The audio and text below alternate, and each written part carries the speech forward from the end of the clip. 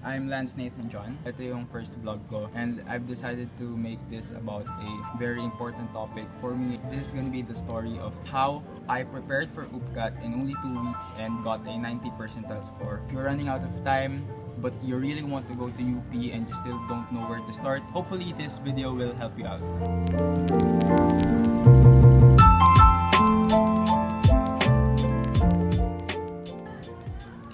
Alright, so before we start, this is not gonna be like test taking tips. It's very specific for UPCAT. If you want to hear about other entrance tests and want like a lot of these specific advice, you go watch other videos that I've linked in the description below. I'll be doing this UPCAT series in 4 parts. First is how to prepare, so what I did in those 2 weeks, how I survived it, what I gave up, etc. Second part is going to be about math and science. Third part is going to be about language proficiency and reading comprehension. And lastly, I'm gonna share how you really pass. So I hope you'll look forward to these next few videos and I hope that it can help you out. Alright, another thing that you should know before you watch the entirety of the video is that I took UPCAT in 2017. I'm not sure how accurate this entire video will be, but I've asked some people who took the UPCAT and it's still pretty much the same as what we took 2 years ago. I guess the questions are of course different, but the preparation, everything else, the concepts are still the same.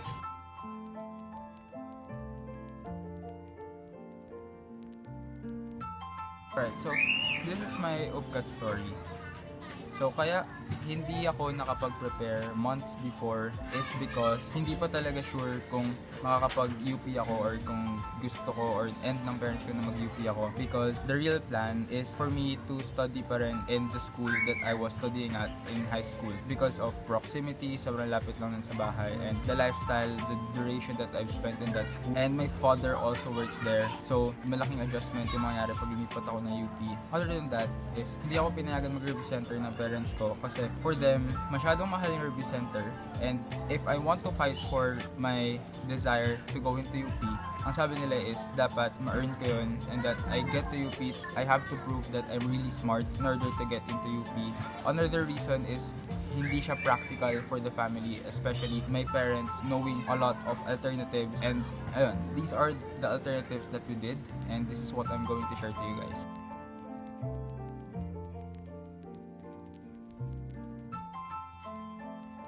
So these are the 3 things that I did. I asked for help, I answered as much problems as I can, and I changed my lifestyle. We're gonna go in depth more about this in the next few minutes.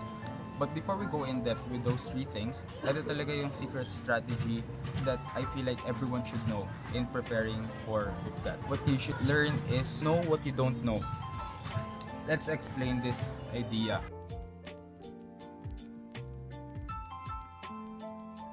So, let's explain this idea. Yung totoo kasi is, preparing for UPCAT is different for each kind of person. Pero, in order for you to know, for you to really know kung ano yung tamang diskarte na gagawin mo, kailangan alam mo muna kung ano yung hindi mo alam.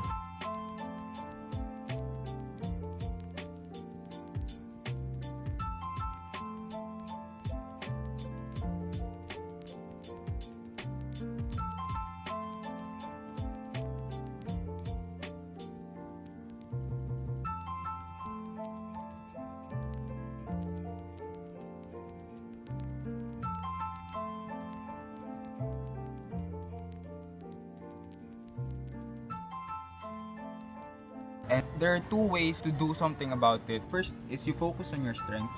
Second is you reinforce your weaknesses. You can do both of these things, but for me, I just reinforced my weaknesses. So for me, what I learned in this journey is strengths ko talaga is language proficiency and reading comprehension. So sinasagutan ko yung mga booklet and mabilis ko na siya natatapos kasi I've been reading a lot of books kahit nung elementary pa lang ako. So hindi ko na kailangan i-develop yung speed reading capacity streak. And so that's what I focused primarily. So for me, alam ko yan na medyo weakness ko yung math and chemistry. I still don't know what I don't know. So in order for me to achieve that knowledge, I answered all of my test booklets, all of the references that I have, and practice tests. This is where the first step comes from. First step that I said earlier is you ask for help. So for me, asked for help from my friends. Kasi nga, too late na din nun para mag-enroll sa review center. Hindi ding mahal. di ko alam kung gaano siya magiging effective, I have to develop my own strategy. Ang ginawa ko is, humingi ako ng resources sa lahat ng friends ko na pumupunta ng review center. Ako nag-start.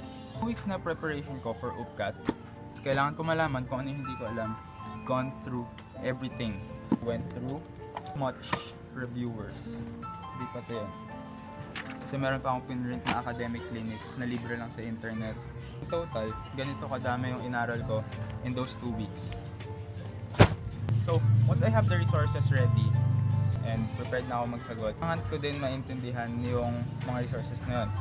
So, if you're the type of person na pwede nang i-search sa Khan Academy, that's gonna be enough for you to understand something, then good for you. But for me, kailangan ko kasi nung nagtuturo and madami akong tanong pag nag-aaral. So, naghanap kami ng tutor na my parents asked for help from their old friends. So, yun, asked for help for math and chemistry. And for help from Aj, na kaibigan ng father ko. And for chemistry, was this teacher of my parents in high school, Sir V. So sila yung nagturo sa akin ng lahat ng alam ko ngayon about math and chemistry, lahat ng basics. If I asked for help, I have these resources and these people that I can talk to and ask questions to. Kailangan ko nang matuto magsagot. Still, going back to the goal of I have to know what I don't know, dinaanan ko lahat ng practice test. Yung iba ginagawa nila is nagta-timer sila, tapos sinusubukan nila tapusin, sinusubukan nila manghula. But for me, hindi yun yung goal ko eh. Ang goal ko talaga nun is malaman ko kung ano yung hindi ko alam. So yung ginagawa ko is, kapag meron akong question na nasa lubong na hindi ko alam, ini-skip ko na kagad siya, hindi ko siya tinatry hulaan kasi gusto ko matutunan kung paano yun sasagutan. Tapos, yung mga feeling ko na kaya ko sagutan, sila lang sinasagutan ko. Tapos, hahanapin lang doon kung ano yung mga mali. So, yun na lang yung i-check or ituturo sa akin ng mga tutor ko. Nakikipagkita na ako sa kanila after class. So, ganito. For example, I have this practice booklet. So, itong mga to, alam ko yan, sinusubukan ko sagutan. Pero pag nilagyan ko ng circle, nilagyan ko ng question mark, kung hindi ko yun alam or hindi ko kayang sagutan. So, ini-skip ko na yung mga yun. Yung mga alam ko, sinusubukan ko pa rin sagutan, tapos i-check pa rin kung tama sila or mali. So, as you can see, dami akong binubilugan na items kasi gusto kong madaanan kapag tinuturo na sa akin. So, it saves a lot of time kasi unlike when you enroll in review centers, iisa-isahin nila lahat ng questions. But for me, I don't have that luxury of time kasi nga 2 weeks na ako nagpe-prepare. So, inaaral ko lang yung mga hindi ko alam. Tapos, yung mga tinatama ko, again, inaral ko lang yung mga hindi ko alam. So, nalaman ko yun by looking at the questions, deciding if I can answer it or not. Lahat ng ini-skip ko, hindi ko alam. Tapos, lahat ng sinasagutan ko, tas mali, yun din yung hindi ko alam. So, yun lang yung naaral ko, yun lang yung tinuturo sa akin. Yun lang yung pinag-aaksyon ko ng panahon. Pa ko yun sa lahat ng modules na binigay sa akin, lahat ng modules na binili ko, and lahat ng modules kuha ko sa internet. First is you ask for help, get resources. If you're someone, once you have the resources and you know what you don't know, decide how you want to learn these things. If you can just search the internet and you can answer them by yourself, then do so. If not, find someone who can teach you. But then, yung maging problem dito is sobrang overwhelming niya dahil sa sobrang dami. So for me, meron akong isang buong module na tinatapos or merong isang specific na booklet akong tinatapos. Tapos magpo-focus lang ako doon buong araw and I keep going back to this mindset na I have to do this or else I'm gonna fail UPCAT because I don't know anything.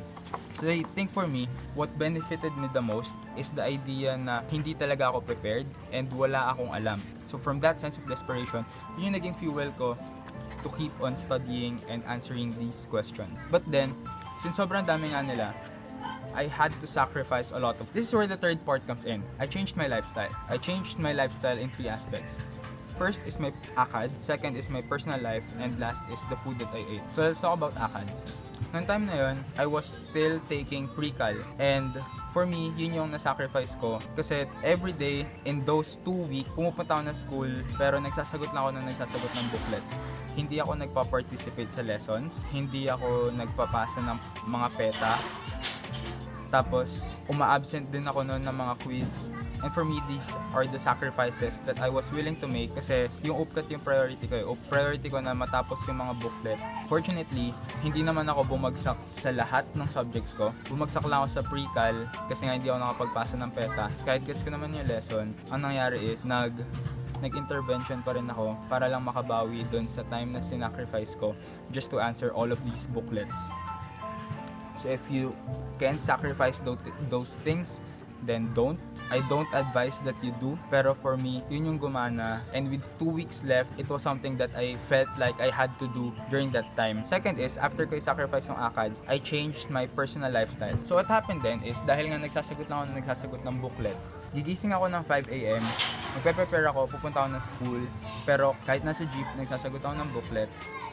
Pagdating ng classroom, nagsasagot ako ng booklets. Habang lunch, nagsasagot ako ng booklets. Tapos, all of that, nagawa ko kasi medyo hindi siya kapani-paniwala, pero even if you ask my parents, even if you ask my classmates, hindi talaga ako nag-spend ng time nun with people hanging out.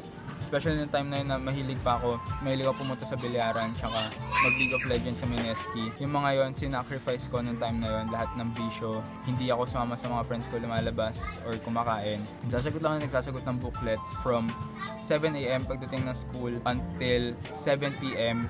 Tapos pagdating ng 7 p.m., doon ko nakikitain yung engineering prof na nakausap ng dad ko. Tapos pinapaturo ko na sa kanya lahat ng mali ko sa booklets. Kasi may kita naman doon, merong answer key. Sasagutan ko lang sasagutan. I have to be honest, hindi ko titignan yung answer key. Titignan ko lang yung answer key kapag chine-check ko na. Tapos, kapag yung session namin, every night na yon for 2 weeks, pinupunta lang namin yung mga mali ko, tapos pinapaliwanag niya lang yun sa akin. Paano ko yung sasagutan, ano yung diskarte, na I'll also share to you once we go with the math video. Once we go with the math video. Pero yun. Going back, personal lifestyle changed for 2 weeks. Walang bisyo, walang anything hanggang 7 p.m. Pero after namin sagutan yung mga nasagutan ko for the day, tapos na yun, hindi na ako nagsasagot hanggang gabi. After namin mag tutor session, uwi ako ng bahay, tapos magsasagot lang ulit ako ng booklet. Tapos, iniintindi na lang ako ng mga tao na nakapaligid sa akin kasi alam nila na important yun para sa akin. After that, so, ACADS, lifestyle, another thing that is part of the lifestyle is hindi rin ako nag-social media. I'll make a separate video how to quit social media, pero during those 2 weeks, binigay ko yung account ko sa seatmate ko and inangkin niya lahat ng email ko, pati yung SIM ko na ginagamit ko to sign in social media accounts nasa kanya. Tapos, hindi ako nakalogin ng Twitter, hindi ako nakalogin ng Facebook, hindi ako nagme-messenger din kasi wala akong pake sa mga group chat wala akong pake sa groupings, wala akong pake sa group works. Yun, tinatanggal ako sa mga groupings ng time na yun. Yun yung totoo, yun yung kailangan i-sacrifice talaga if you're gonna do what I did. It's up to you if it's worth it. Another thing that I changed is my diet. Di naman ako nag-diet, pero pinili ko yung mga food na kinakain ko. So when I go to school, kumakain ako ng mani, kumakain ako ng taho. Almost every morning, tuna, century tuna yung ulam ko. I ate a lot of fish. Hindi ako masyadong nag-meat.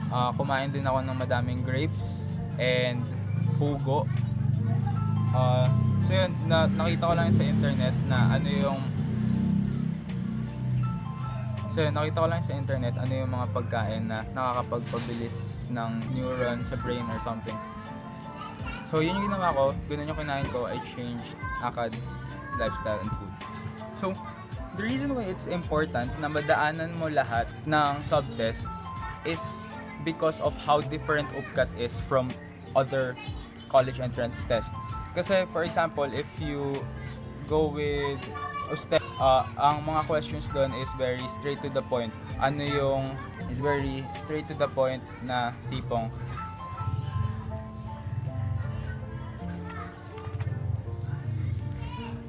the reason why it's important to go through all of these resources and to finish all of them for me is kasi yung logic ng UPCAT and tama naman yung hypothesis ko once tinake ko na exam. The thing is, other CETs sort of asks for these ingredients or asks directly the question na you have to solve this, you have to solve that, or in science, what's this or what's that. Pero In UPCAT kasi, it's different. They sort of demand that you have all of these ingredients already and they ask you to cook something. So, yun na yung pinakamalapit na analogy kasi if you look at this problem, you need to know a lot of different math concepts just to answer one problem. Pero if you look at this other problem, which is something that came out in other entrance tests, it's easy to answer kasi isang idea lang siya or isang topic lang siya na kailangan mong sagot. So that's it, I guess. I'll go more in depth with the topics in the next videos. So in summary, the real strategy in preparing for UPCAT is you should know what you don't know and do something about it. And don't be afraid to ask for help, to answer as much as problems as you can, and to change your lifestyle because it's all gonna be worth it once you pass UPCAT, I swear. But still, you don't have to follow this. You should know what works for you. If you've been preparing for months already, then that's fine, that's perfect. If you think that you'll do what I did pero gagawin mo lang siyang 1 week tapos hindi ka matutulog and you work well under pressure and magiging productive ka pag ganon, then that's also fine. Just do you. Different strokes for different folks. I mean, to be honest, I feel like what I gave was really terrible advice, but it was just honest to God's story of what I went through because a lot of people are asking about how I got the 90 percentile on pretty much all of the subtests. And ito yung kwento na paulit-ulit na sinasabi. And yun, honestly, I don't feel like people are willing to sacrifice as much as I did or are willing to give up the things that I gave up during these 2 weeks. Pero for me kasi, especially during that time, I really wanted to go to a different school. I really wanted to go to UP. And it felt, for me personally, it felt like I didn't have a choice, even though I really did. I really wanted to go to UP.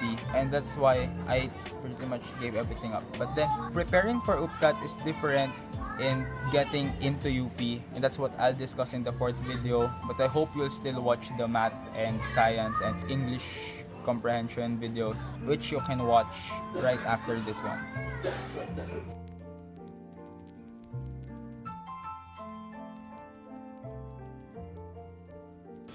Another thing, there are a lot of online resources that you can find. Feeling ko, mahanap nyo naman siya on your own. So, hindi na ako maglilink tungkol doon kasi outdated na yung links na meron ako. Pero what really helped me in math and English is the